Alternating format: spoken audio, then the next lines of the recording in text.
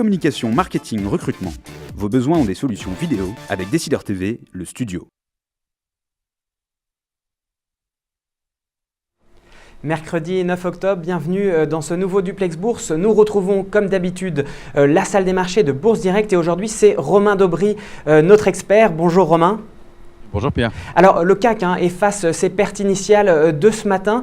Partagé entre effectivement l'impasse dans la négociation sur le budget aux États-Unis et puis cette nomination de Janet Yellen à la tête de la Fed qui envoie un message de continuité au marché. Oui, tout à fait, vous avez bien résumé les choses.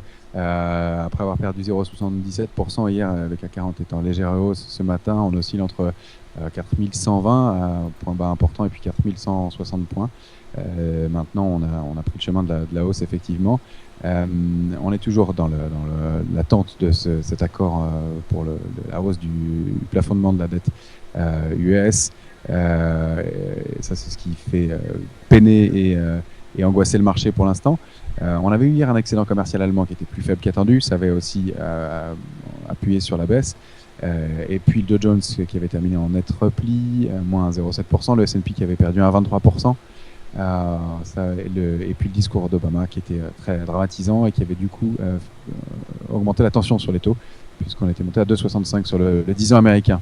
Et puis on peut dire aussi qu'au même moment le VIX, l'indice de volatilité, l'indice de volatilité, ou qu'on appelle aussi l'indice de la peur, a augmenté, a touché un point haut à 20,5 hier soir, donc aux États-Unis, qui est un plus haut depuis juin dernier. Est-ce qu'on peut parler, Romain, d'une guerre des nerfs pour les investisseurs qui hésitent entre se retirer des marchés dans ce climat d'incertitude et dans cette volonté de ne pas être pris dans un mouvement de liquidation et en même temps la prudence pour aussi être présent si jamais il y avait un rallye haussier, un rebond des marchés?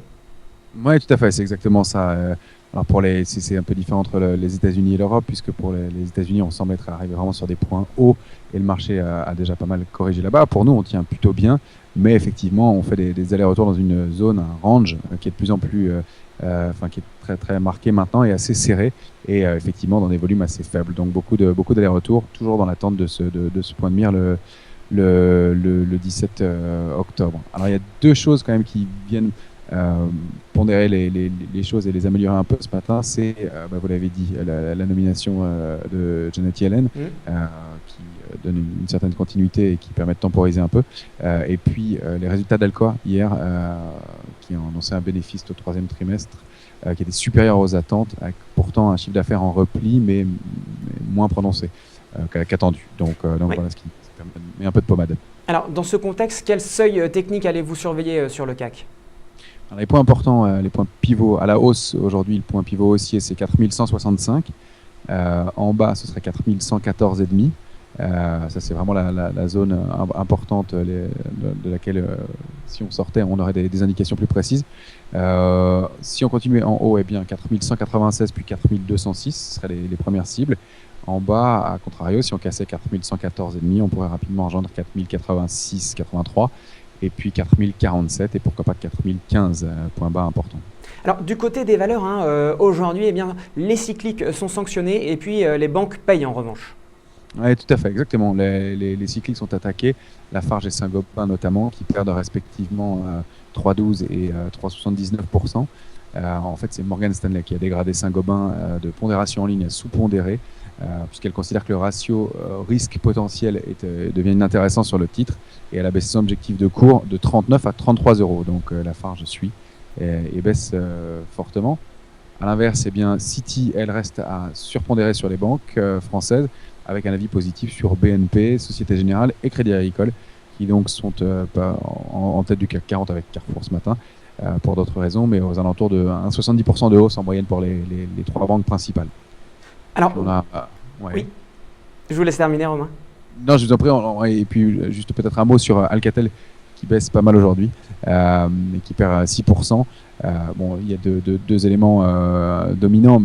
D'une part, une prise de bénéfice pour un titre qui avait pris plus de 160% depuis le début de l'année, mais surtout le fait que le gouvernement veuille, et je cite les mots du président, réduire autant que possible l'ampleur de la suppression des emplois. Voilà, donc, Effectivement, avec une intervention aussi d'Arnaud Montebourg, hein, il semblerait que ça ne plaise pas aux investisseurs. Non, manifestement, le marché corrige largement sur le titre.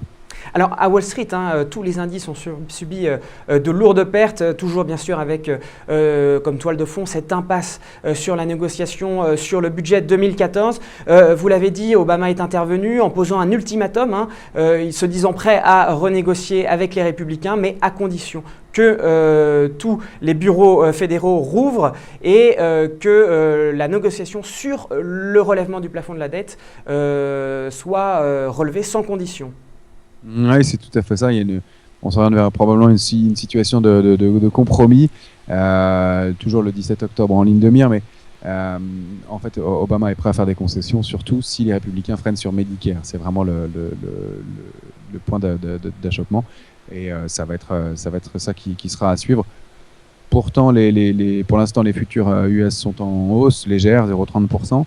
Et puis on entre dans la période aussi, c'est important de le dire, des résultats du troisième trimestre. Alcoa a commencé hier soir, on évoquait les chiffres tout à l'heure, et puis on attend aujourd'hui les stocks de pétrole à 16h30, et puis ce soir les minutes de la Fed. Oui. Voilà, tout à fait. À 20h. Peut-être plus d'éclaircissements sur la modification du QE3.